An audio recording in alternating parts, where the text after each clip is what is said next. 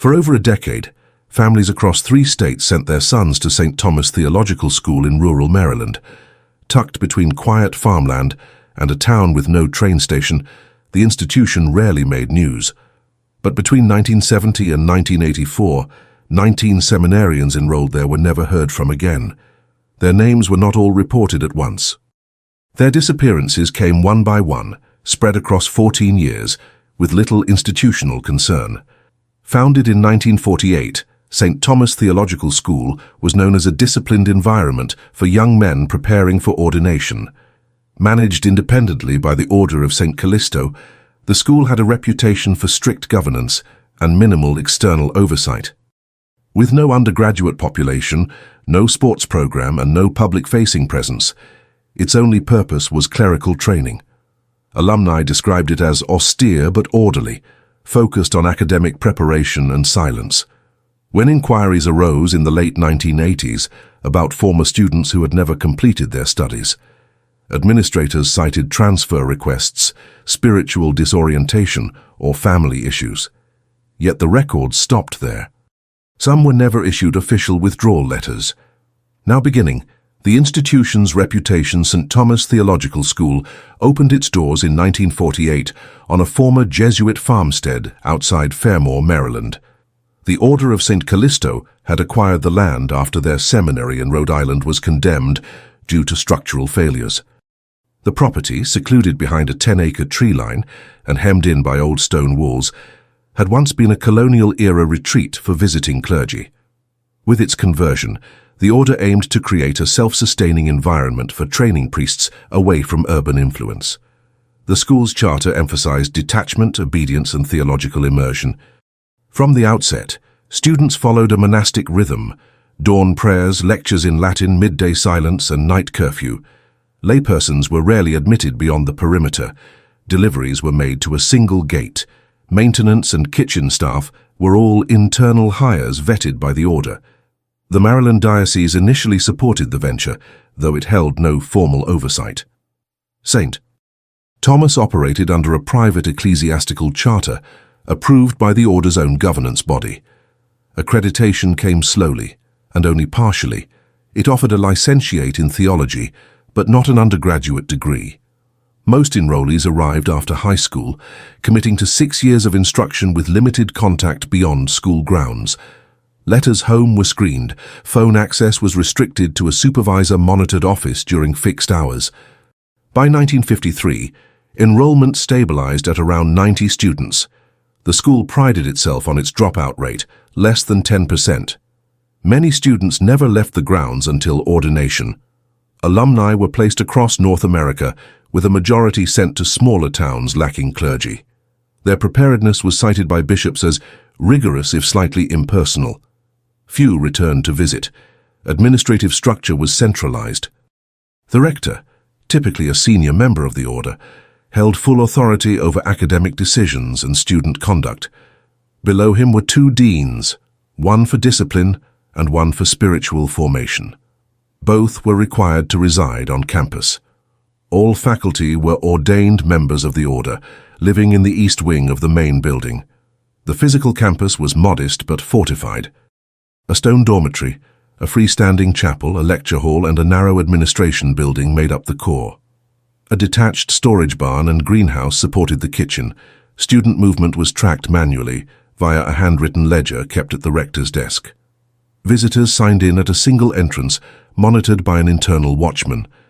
In the late 1960s, as broader reforms swept through seminaries across the country, St. Thomas resisted most changes. It did not adopt open enrollment policies. It did not restructure courses to include contemporary ethics or social justice issues. It maintained Latin instruction and spiritual silence. This attracted a certain profile of student: obedient, academically inclined, and socially withdrawn. Parents from conservative parishes saw it as a refuge from cultural instability. The institution published a single brochure each year, mailed directly to diocesan offices. It included a list of first-year entrants, ordinations, and visiting lecturers. There were no photos. Only once, in 1969, did the school appear in the diocesan bulletin, reporting the completion of a new chapel roof. What set St. Thomas apart was its administrative opacity. The order had no requirement to report student attrition to civil agencies. Its ecclesiastical charter exempted it from federal education audits. Discipline cases were adjudicated internally. Transfers were permitted only with written approval from the rector and the receiving diocese. These factors, taken individually, did not alarm the broader religious community, but over time they contributed to a climate of invisibility. By the early 1970s, St. Thomas Theological School had become functionally self-contained. Electricity, water and heating were managed through its own infrastructure, with backup generators housed in a converted grain shed. Food was grown seasonally on 4 acres of farmland, supplemented by monthly deliveries from a wholesale grocer based in Baltimore. The faculty avoided trips into town, and students were discouraged from forming bonds with local residents. This created a separation that was both physical and cultural. Despite its isolation, the school was not entirely forgotten. Local clergy occasionally visited to offer guest lectures or attend ordination ceremonies. These visits were short, heavily structured, and did not involve private time with students. Families of seminarians were permitted to visit twice a year, always during designated days in spring and late fall. These visits followed a fixed itinerary: mass, lunch, a faculty address, and a supervised campus tour. Overnight stays were not allowed. Those who graduated often described the school in neutral terms. It was routine, rigid, and highly regulated. Its library was modest but focused, with texts arranged chronologically by theological period. The archives kept under lock included copies of manuscripts and internal lectures dating back to the 1950s. Access was restricted to senior students and faculty with written authorization. The school's daily life revolved around structure. Morning began with a bell at 5:45 a.m., followed by morning prayers and a silent breakfast. Classes ran from 7 a.m. until noon, interrupted only by short transitions. Lunch was taken in silence, with readings from religious texts chosen by faculty. Afternoons included individual study, chapel attendance, and manual tasks such as groundskeeping or inventory. Students were assigned duties on a rotating basis. Failure to perform them without explanation led to disciplinary hearings. One of the more rigid features was the private reflection period. From 8 p.m. to 9:30 p.m., seminarians remained alone in their rooms without books, writing materials, or distractions. It was meant as a time for internal examination. Lights were shut off promptly at 10:04 p.m., enforced by hall supervisors known as monitors. These supervisors were senior seminarians appointed annually by the rector and granted access to the master keys. During this period, all student interactions were recorded in detail. Monitors submitted weekly logs noting attendance, behavioral deviations, or instances of fatigue. These logs were never shared with students. Copies were archived and summaries were provided to faculty for evaluation. A student could be summoned for review without being told the cause. These reviews, known as cautions, did not require parental notification or external reporting. The internal disciplinary board was composed of 3 faculty members and 1 external advisor from the Order's regional headquarters. Proceedings were held in private. Outcomes ranged from verbal warnings to formal leave recommendations. Permanent withdrawal, while rare, required final approval from the rector. In most cases, records were sealed and no academic transcript was issued. This lack of documentation would become significant years later. When families inquired about their sons, they were often told the students had left voluntarily, transferred, or ceased to discern vocation. No standardized records were made available to confirm these accounts. Since the institution operated outside state educational frameworks, it was not required to maintain public student records or file reports on departures. By 1975, St. Thomas had subtly adjusted its admissions approach.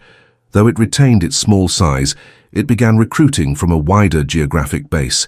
Application materials were distributed to dioceses in Pennsylvania, Ohio, and parts of New England.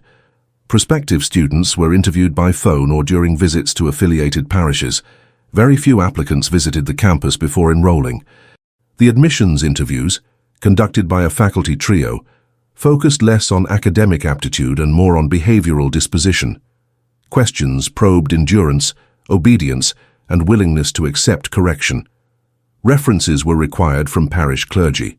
Applicants whose families had prior association with the order were given priority consideration.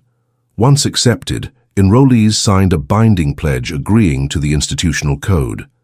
This included waivers on communication restrictions and personal property searches. Physical mail was routed through the main office.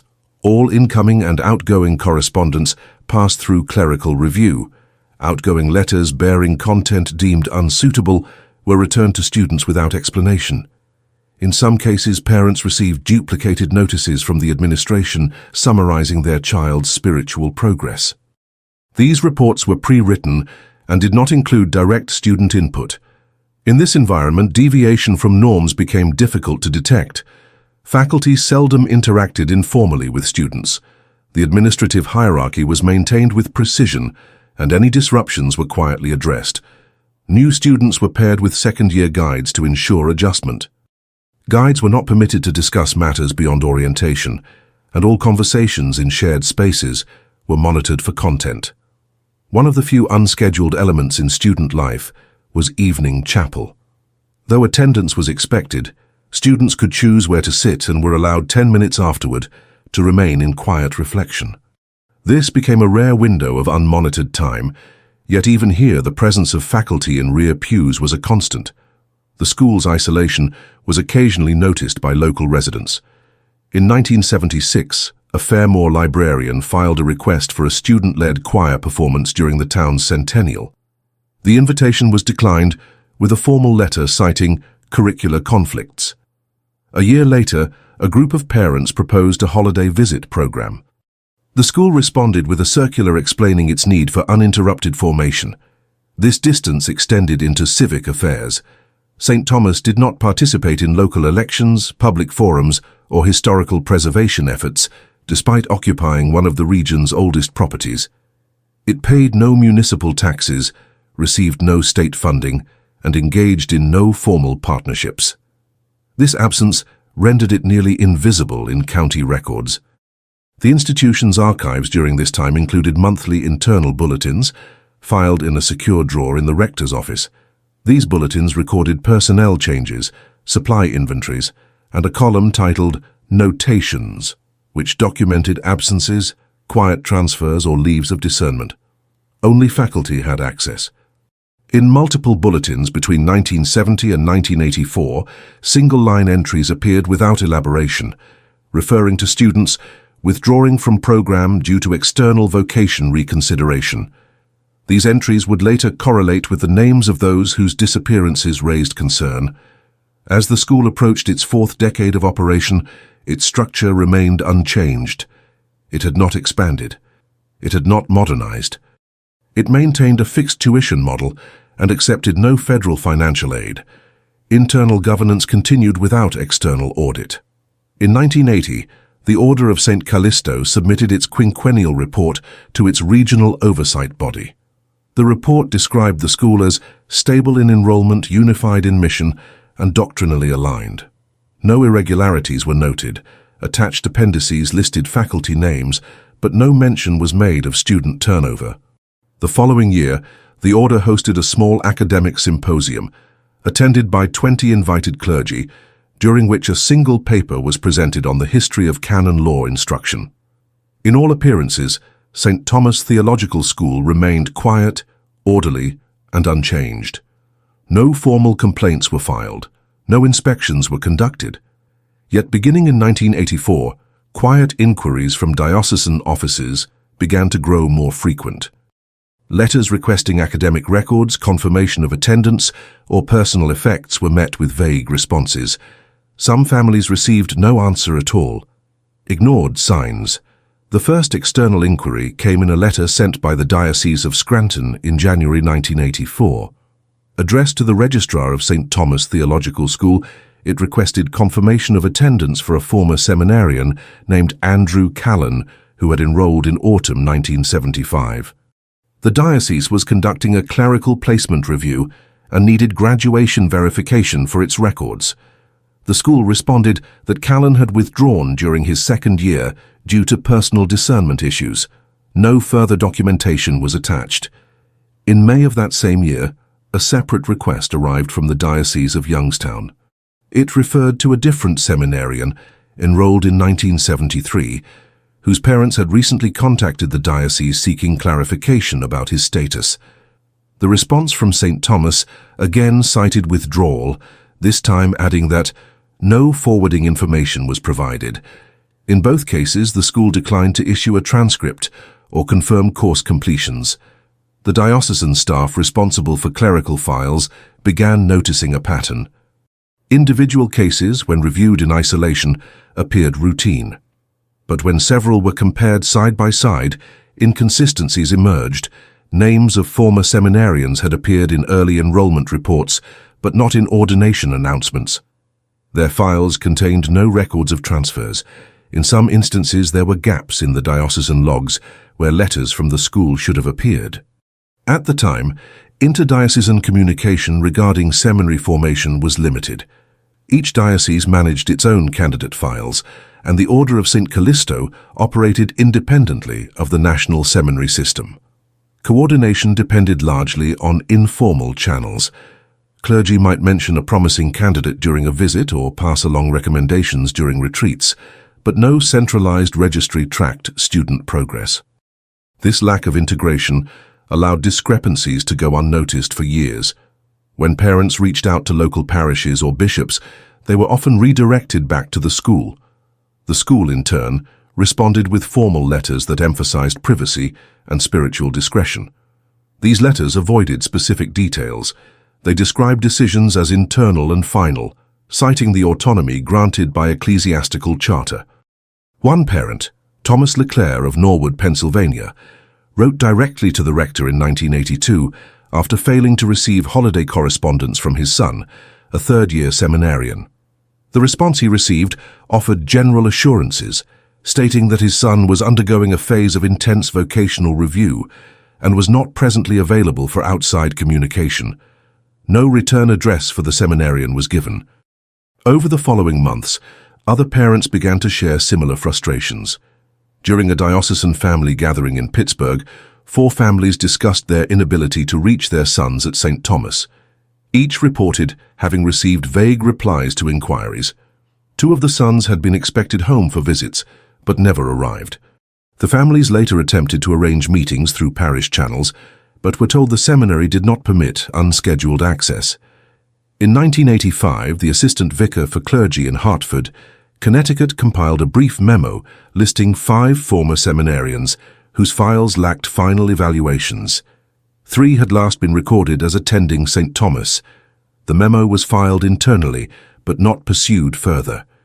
That same year, a new administrator in the Diocese of Harrisburg attempted to update clerical candidate lists and noticed 2 names still classified as in formation, despite last contact over 6 years earlier. None of these anomalies prompted formal investigations. Each was addressed through correspondence, often delayed and usually resolved with administrative closure. The explanation of voluntary withdrawal, however vague, was rarely questioned. The assumption remained that students who left had done so quietly, by choice, and without a desire to continue religious life elsewhere.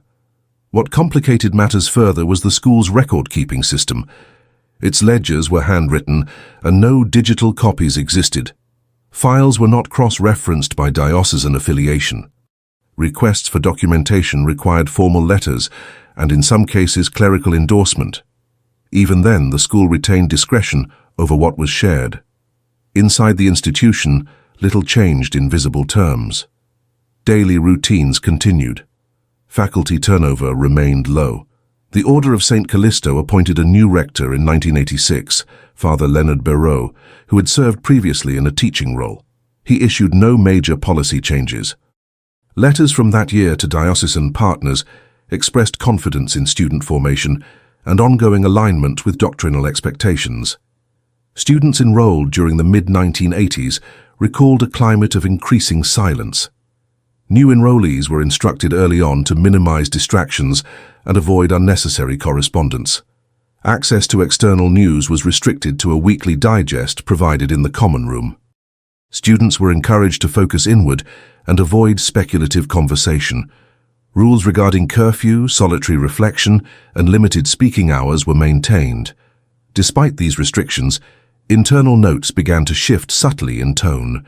Logs kept by monitors between 1986 and 1988 included occasional references to abrupt relocation, unexpected room clearance, or reassigned duties. These notations were brief and lacked follow-up. Students whose names appeared in these entries were later absent from year-end enrollment summaries. One such case involved a second-year seminarian listed as having completed his first trimester, but not assigned a spring curriculum. No withdrawal notice was filed. A note from the Dean of Formation read simply, "No longer participating in program activities." In 1987, during the Order's internal review cycle, faculty were asked to submit anonymous assessments of the school's spiritual climate. Of the 17 submissions, 5 mentioned concerns about administrative isolation. One noted that students come and go without shared awareness, while another described growing confusion among junior seminarians about senior cohort attrition. These comments were filed with other non-actionable feedback. No outside evaluator was brought in. The Order's oversight body accepted the review and authorized continued operation without recommendations. By 1988, the number of formal inquiries from diocesan offices had reached 12. Each involved a former student whose whereabouts or academic status remained unverified. The replies from St. Thomas varied in tone. Some were apologetic, others curt. A few stated that the student's file had been closed due to personal reasons. One letter described a seminarian as unsuited for continuation without elaboration. In a rare instance, a bishop's office inquired whether a student had transferred to another seminary. The response from the registrar was definitive. "We have no record of outgoing transfer. Student's vocational path is no longer affiliated with this institution." No further information was offered. The situation drew quiet attention from within the Order. In December 1989, a brief internal directive reminded faculty of their responsibility to maintain proper records and respond to diocesan inquiries promptly. The directive emphasized discretion, confidentiality, and alignment with the Order's spiritual values. It did not mention the missing seminarians directly.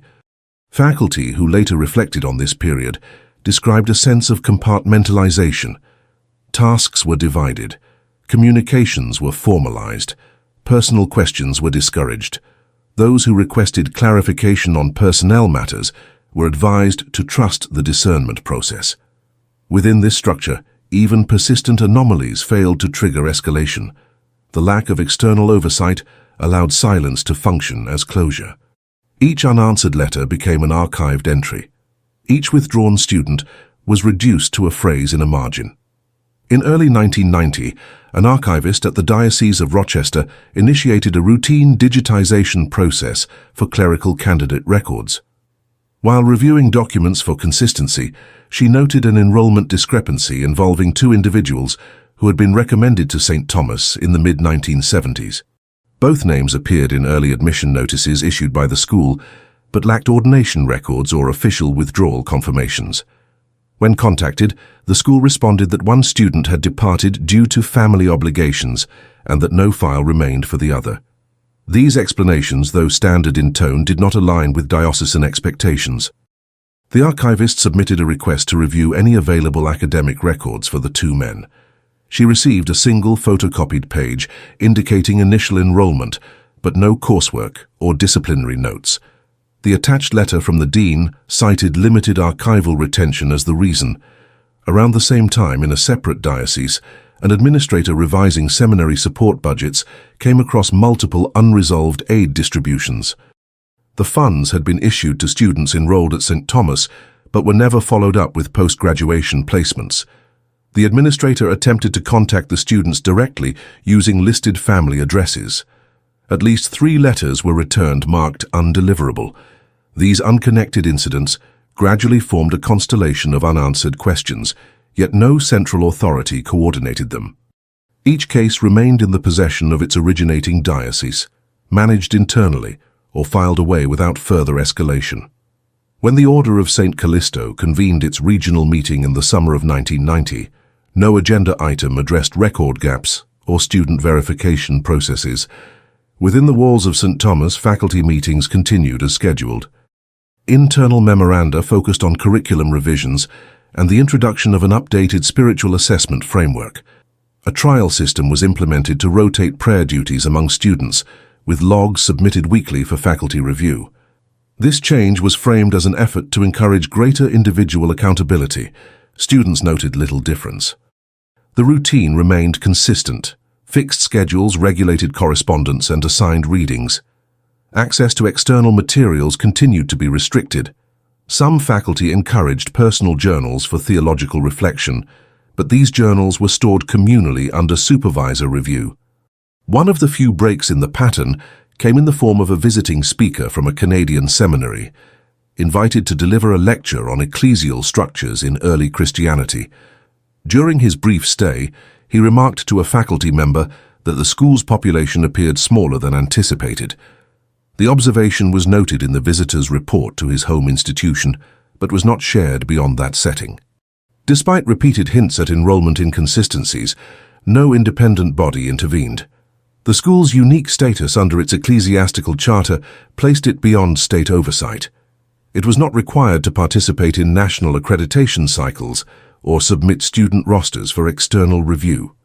In the autumn of 1991, a new wave of enrollment was publicized in diocesan bulletins. St. Thomas announced the arrival of 11 first-year seminarians. No photos were included, and only initials were used in the formal announcement. A request from one diocese to confirm whether any prior students from their region remained on campus went unanswered.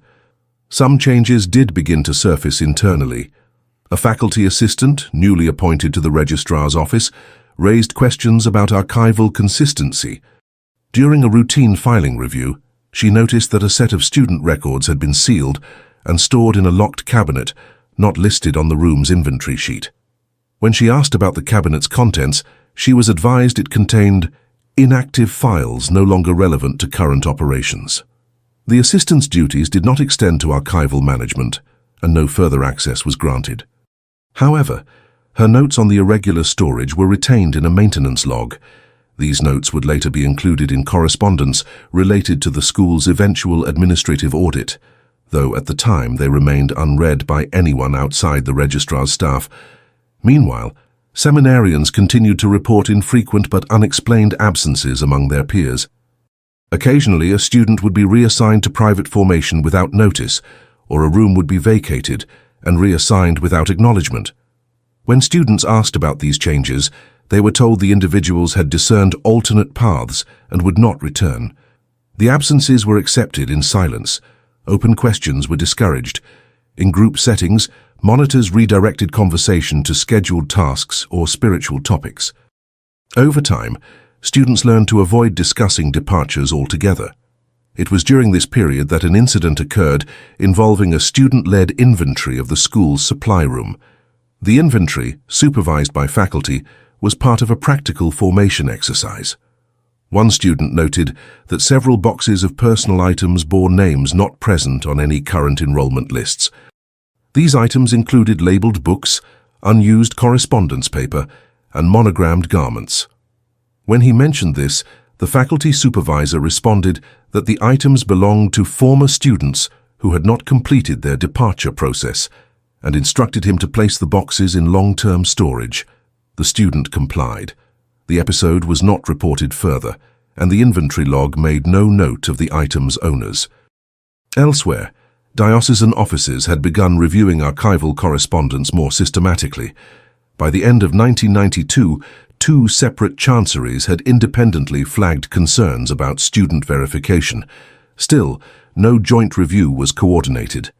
Letters requesting assistance from the Order of St. Callisto's regional administration were sent, but replies were brief and reaffirmed institutional autonomy. St. Thomas issued no new brochures that year. No public ordinations were recorded. No visiting lecturers were invited. The school remained operational, but with diminishing visibility. Within its walls, the rhythm of formation continued. Bells rang on time, ledgers were updated, reports were submitted. No alerts were issued, no civil authorities were contacted, and among those who remained, the past was treated as finished. By 1993, the name St. Thomas Theological School no longer appeared in diocesan bulletins beyond a few routine references to ordination anniversaries of past graduates. No new student updates were circulated, no clergy were listed as visiting faculty. Among archivists and administrative staff across several diocesan offices, the school had acquired a reputation for inaccessibility. Requests for transcripts, confirmation letters, or former student contact information were often met with silence or statements of non-retention. A retired bishop from the Midwest, conducting research for a private memoir, wrote to the Order of St. Callisto requesting a list of ordination classes from 1970 to 1980. His letter, sent through official channels, received a 3-line reply stating that the records were not available due to internal restructuring. No forwarding information was given. Privately, some staff members in larger dioceses began to compare notes. While not formally collaborating, they began to mention irregularities in conversations during retreats or administrative trainings. Common phrases included missing record or unconfirmed placement. In most cases, the inquiries never reached higher levels of leadership. They remained isolated instances, tracked informally, with no unified response plan. At St. Thomas, administrative staff turnover increased slightly during this period. 2 junior clerks, each having served less than 2 years, left citing personal relocation. Their roles were filled internally without announcement. A temporary librarian appointment was made in mid-1993 after the previous librarian was reassigned to another house of the order. The new appointee was instructed to catalogue several years' worth of internal reports, some of which had not yet been indexed. During this process, she came across multiple annual enrollment summaries that had not been filed in the standard cabinet system.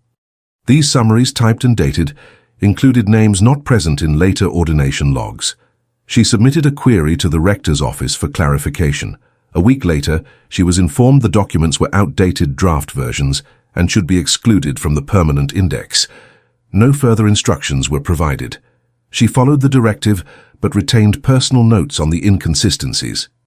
These notes remained private and were not formally reported. Within student life, procedures continued as before. Room assignments were posted each term. Chapel rotations were announced weekly. Personal belongings were monitored during quarterly inspections. Students who did not appear at scheduled activities were noted in daily logs, which were submitted to the dean's assistant. Faculty members noted an increased reluctance among students to inquire about absent peers. Conversations that touched on attrition or administrative decisions were either avoided or quickly redirected. In lectures and spiritual instruction, faculty emphasized personal discipline and detachment from worldly concerns. The campus itself showed signs of slow deterioration. Minor repairs went unaddressed. One wing of the dormitory was closed temporarily for maintenance, and students were relocated in pairs. The greenhouse ceased operations due to staffing constraints. Deliveries continued, but at reduced frequency. A contractor once requested for utility inspection was told that access beyond the main building was restricted due to insurance limitations.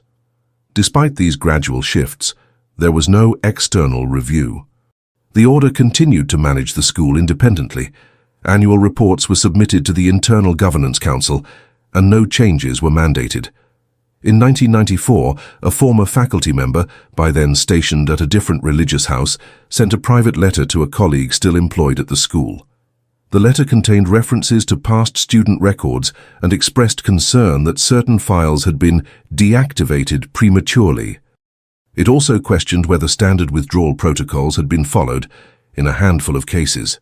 The recipient of the letter filed it privately and made no formal report. However, within weeks, the school's filing protocols were reviewed and updated. Several cabinets were relocated to a different room and placed under restricted access. New labeling procedures were introduced, requiring faculty signatures before file modifications. No announcement was made about the procedural changes. Students were not informed. Inquiries from parents during this time remained minimal. Most of the families of those affected had stopped writing years earlier, having received form replies or, in some cases, no answer at all. A few continued to send letters marked care of registrar or for spiritual guidance, but they were returned with no forwarding address. In diocesan offices, the unresolved files were often passed on to junior staff or simply closed due to lack of response. When pressed for updates, administrators would sometimes note that the student had left seminary life and was assumed to be pursuing a different vocation. In October 1995, a diocesan seminarian assigned to a project on religious formation models visited the school briefly as part of a comparative study. His stay lasted 3 days. He was granted access only to the chapel and public lecture hall. No students were made available for interviews. Upon returning, he submitted a report noting that the atmosphere was structured but opaque, and that information on past enrollment trends was limited to ceremonial documentation. The report was archived without comment. Within St. Thomas, new students continued to arrive in small numbers. Entry procedures remained unchanged. Each was given a handbook, a copy of the institutional code, and a schedule of formation expectations. All enrollees were asked to sign a declaration of intent and agreement to privacy policies. The declaration included clauses allowing the institution to withhold certain communications in favor of spiritual discernment. By late 1995, faculty minutes began to reflect logistical strain. One meeting included a proposal to suspend admissions for 1 year in order to address resource constraints. The proposal was tabled. Another noted the declining number of external visitors and recommended reinitiating diocesan liaison outreach. No action was taken. The Order's regional leadership issued no public statement during this period. Internally, they continued to circulate their standard annual memo reaffirming the value of discipline, silence, and obedience in seminary formation. The environment remained unchanged in its fundamentals. Classes were held on schedule. The bell tower chimed each hour. Reflections were conducted privately. Files were managed by a single office. Student transitions occurred quietly. And no new policies addressed the pattern that had already passed through 2 decades. Truth revealed. The shift began quietly in the spring of 1996, when a civil researcher named Evelyn Calder took up a short-term consultancy with the Maryland Historical Properties Review Board. Her task was limited to updating surveys of religious use landholdings in rural districts, focusing on institutional properties over 50 years old. Among the sites flagged for review was the land parcel owned by the Order of St. Callisto in Fairmore, which included St. Thomas Theological School. Calder's approach was procedural. She contacted each institution in advance, requesting access for historical documentation and structural assessment. Most properties complied, providing maps, age verification paperwork, and architectural summaries. St. Thomas responded differently. A form letter from the rector's office stated that the institution does not participate in public archival surveys due to its internal ecclesiastical status. No alternative was offered. This response, while not illegal, fell outside the norms of cooperation typically observed during historical property assessments. Calder noted the refusal, but continued to gather indirect materials. Through county deed logs, she verified the original land acquisition date. She confirmed the age of several standing structures using tax records and agricultural surveys from the 1950s. What she could not locate were any building modifications filed after 1968, despite indications that internal renovations had occurred. At the time, this discrepancy was of minor interest. Calder recorded it as a point requiring further clarification and moved on to other sites. But later, while reviewing faculty rosters from ecclesiastical bulletins published in the early 1970s, she noticed irregular intervals in the staff listings for St. Thomas. Certain faculty names appeared only once, attached to a single year with no later reference. Others were listed without academic titles, a rarity in seminary publications. She revisited diocesan libraries in Baltimore and Philadelphia to access archived correspondence and vocational newsletters. Through these, she assembled a fragmented list of individuals associated with the school who had entered but not exited its formation track. None were mentioned in subsequent parish appointments or ordination bulletins. Still, these observations did not suggest wrongdoing. Records in religious institutions often included gaps, especially during years of administrative transition. What drew her attention more sharply was a memo from 1981 sent between two offices of the Archdiocese of Harrisburg. The document, labeled internal only, referred to a former seminarian's file being closed due to non-response from host institution. The memo included a note that subsequent correspondence was returned with no updated contact information. Calder began to look for other instances of diocesan files closing without documentation. She contacted several offices requesting information about enrollment procedures during the 1970s and 1980s. Most responded with courtesy, but minimal detail.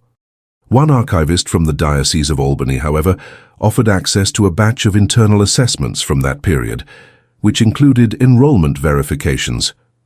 Among these documents, Calder found 3 names cross-referenced with early St. Thomas enrollment rosters.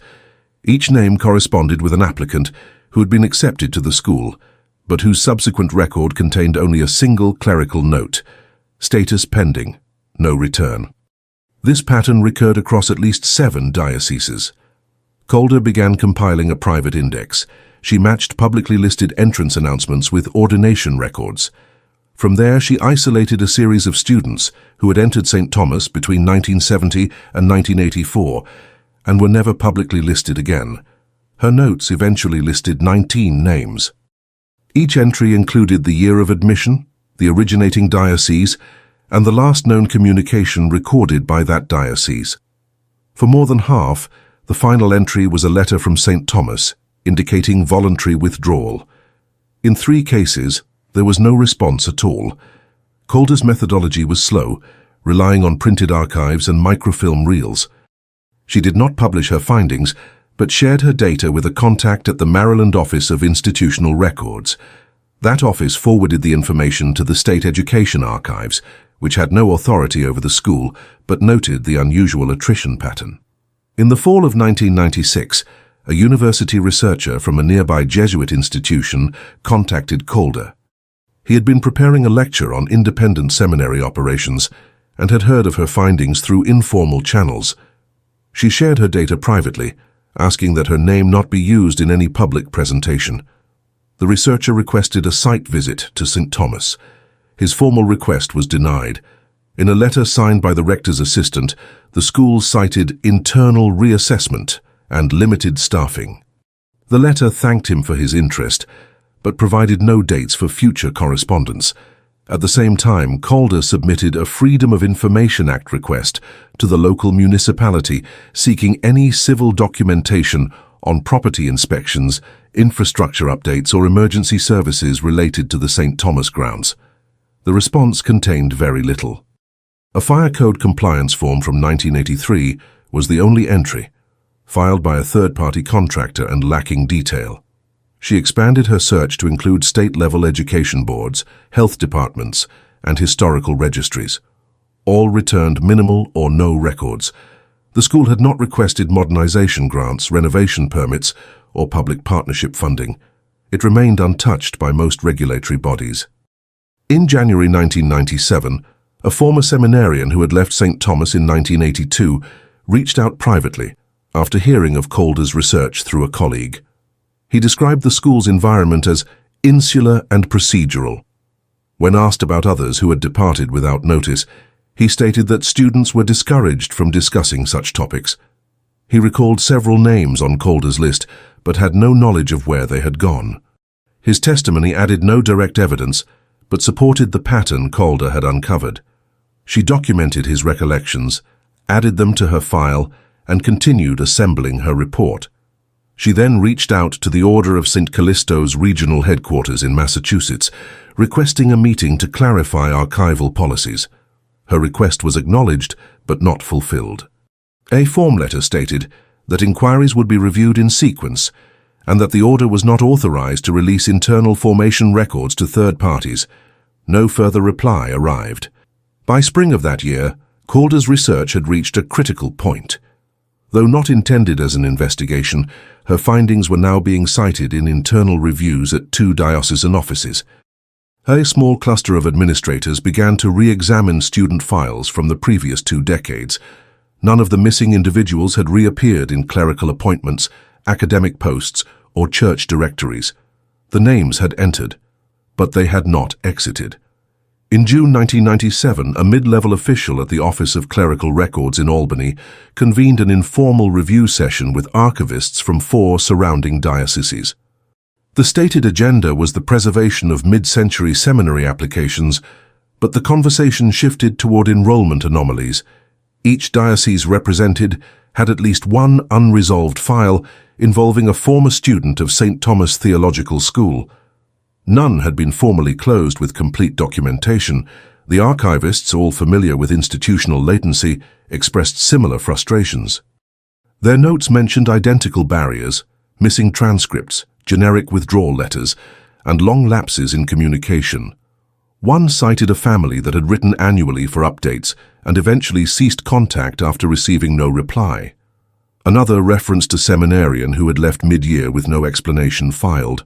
Following the meeting, a memo was compiled and circulated internally. It included a table of 13 names, last known diocesan affiliations, and dates of last recorded contact. It made no accusations and contained no conclusions. The memo ended with a request for shared best practices regarding records reconciliation with non-integrated ecclesiastical entities. That request led to nothing immediate. Still, within the Office of Clerical Records, a small index was created to track incoming correspondence from independent seminaries. St. Thomas was assigned its own file. Later that summer, the school sent out a short notice to its former partner dioceses, indicating that it would not accept new applicants for the 1998 academic cycle. The letter cited necessary facility assessments and internal archival review. No timetable for reopening was provided. By this point, inquiries had increased. At least 5 diocesan administrators had formally written to the Order of St. Callisto requesting status clarifications on former students. Replies were brief. One stated, "Student record unavailable due to archival consolidation."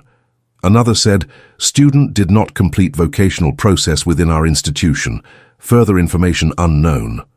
Meanwhile, Evelyn Calder's notes had quietly circulated through an academic network connected to religious formation studies. One associate, a professor of religious sociology at a Midwestern college, compiled an anonymized version of her list and published a private white paper titled "Closed Trajectories in Isolated Vocational Institutions." The paper did not mention St.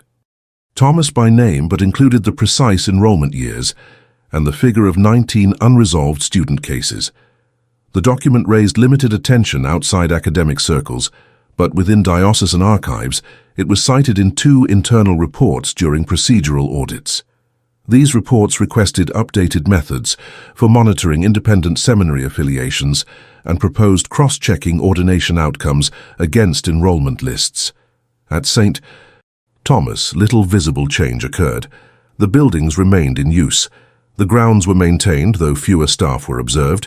Students continued to attend daily classes, and evening routines followed the same pattern. Reports from visiting clergy during late 1997 indicated no disruption. One noted that the community appeared low in number but regular in practice. It was during this period that a discrepancy emerged in the school's internal census documents. A visiting administrative aide, sent by the Order's regional office to assist with annual reporting, reviewed the ledgers used to track student participation. In one of the bound volumes, she noticed sections of handwritten names had been redacted with a marker and overwritten with new listings. When she inquired about the changes, she was informed by a faculty member that they reflected reassignments following vocational reassessments. The aide noted the irregularity in her post-visit report, stating that record correction protocols appeared inconsistent with previous years.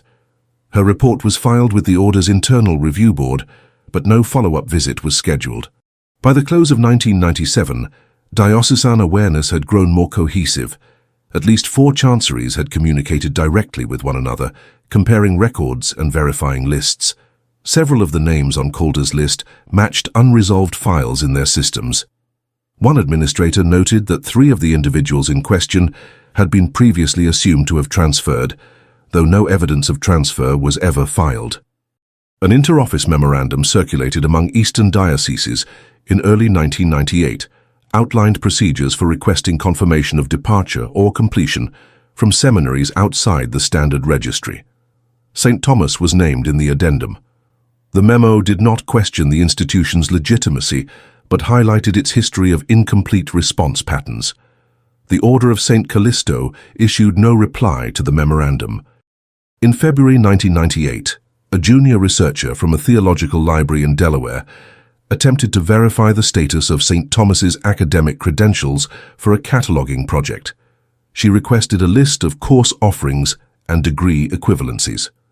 The response from the school stated that such information was reserved for diocesan partners only. No syllabi or curricular outlines were included.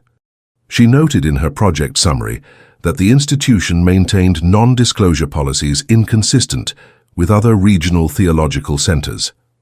Her findings were not widely shared. Internally, the school adjusted its faculty meeting schedule. Minutes from the spring session showed discussion on archival access limitations and the consolidation of legacy student records. One agenda item mentioned an effort to formalize internal identifiers for past student files to avoid unauthorized cross-referencing. The following month, a former student who had completed his studies in the early 1980s contacted a diocesan office in Pittsburgh to request a copy of his transcript. The office redirected him to St. Thomas. His follow-up request went unanswered. After waiting 2 months, he reached out again, this time contacting the order directly. He was told the school was in archival transition and that records retrieval was delayed. He never received the transcript. In late 1998, an independent religious journal published a short article examining the challenges of tracing vocational paths across independent seminary systems. While not naming specific institutions, it cited a case study involving students whose documentation ceased at points of formation. The article concluded with a call for standardized tracking procedures and the development of a shared clerical record index. The piece was noticed by one of the administrators in Albany, who had earlier compiled the cross-diocesan list. He reached out to the author of the article, requesting access to background data. In their correspondence, Calder's original notes were mentioned. By the end of that year, 19 names had been confirmed across at least 7 diocesan archives, all matching the timeline originally outlined. Each name corresponded with enrollment at St. Thomas between 1970 and 1984. None had ordination records. None had withdrawal letters filed in their dioceses. One by one they had entered. Legacy and silence. In early 1999, the Order of St. Callisto issued a notice to its partner dioceses announcing the formal closure of St. Thomas Theological School. The letter, signed by the regional vicar, stated that the institution had fulfilled its intended mission and would cease operations at the conclusion of the academic year. It offered no mention of the student record concerns that had accumulated over the prior 15 years.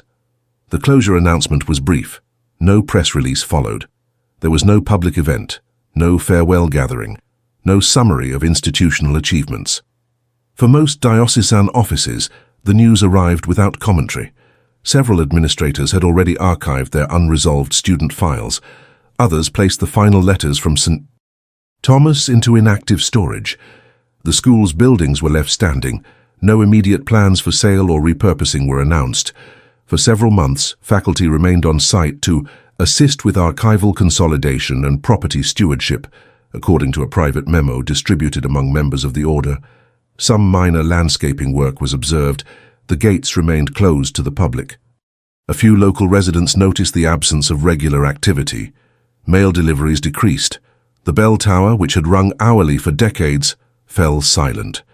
One former maintenance contractor remarked to a neighbor that he had not been called for routine service in over a year.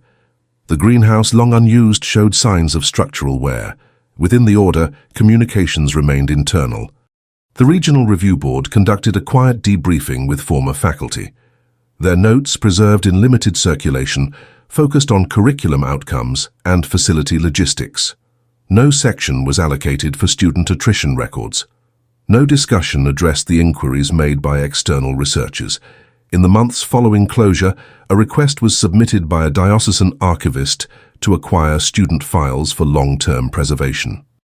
The order responded that records were being retained in accordance with its private archival policy. No materials were transferred. By the end of 1999, the buildings remained empty. The front signage was removed. Windows on the dormitory wing were shuttered. An individual visiting from a regional historical society noted that the main chapel doors were padlocked. He photographed the exterior, but received no reply to his follow-up request for access. Within academic circles, reference to St. Thomas grew less frequent. Course materials and catalogues that had once cited its approach to vocational formation were gradually replaced by examples from newer institutions. A few theological journals included brief footnotes acknowledging its closure. One referred to it as an enclosed model no longer sustained by contemporary ecclesial structures. Among the families of those who had once enrolled, contact was minimal. Many had long ceased attempting follow-up. Others had relocated or passed on. In the absence of formal recognition, their questions remained unanswered. No obituary, no memorial, no list of names posted for public inquiry. By 2001, references to the institution had mostly disappeared from diocesan newsletters. The last printed mention came in a general directory published in Connecticut, listing a retired faculty member as residing at an unspecified order property. No further contact information was provided. In a private symposium held that same year on the evolution of clerical training systems, one speaker referenced the concept of archival absence as a defining feature of certain closed institutions. He described the phenomenon as the systematic non-continuity of record across vocational transitions, using anonymized examples consistent with St. Thomas's profile. The term gained limited traction in academic use. Still, it gave language to what many diocesan archivists had encountered, a pattern of institutional departure with no accompanying documentation. Meanwhile, Evelyn Calder's original list of 19 names had been archived in a restricted access folder in a Midwestern University's religious history collection. Her annotations remained private. Her correspondence with diocesan offices was stored under a separate classification, unavailable to the public without request. No public statement was ever issued acknowledging her findings. Over the next decade, the grounds of the former school were sold in portions. A real estate company listed the parcels under their original land titles, making no mention of their past usage. One segment became a tree nursery. Another remained undeveloped. The main building was left standing, surrounded by fencing. A small utility structure was demolished in 2006, cited as unsafe by a local assessment board. A single outbuilding was repurposed briefly as storage by a neighboring agricultural supplier. Its use ended in 2010 when the company relocated. The structure remained locked and unoccupied. Inquiries about the school's history grew increasingly rare. Those who searched for records online found only fragments, a few archived newsletters, a scan of an enrollment brochure from 1978, and a reference in a diocesan archive index with no linked documents.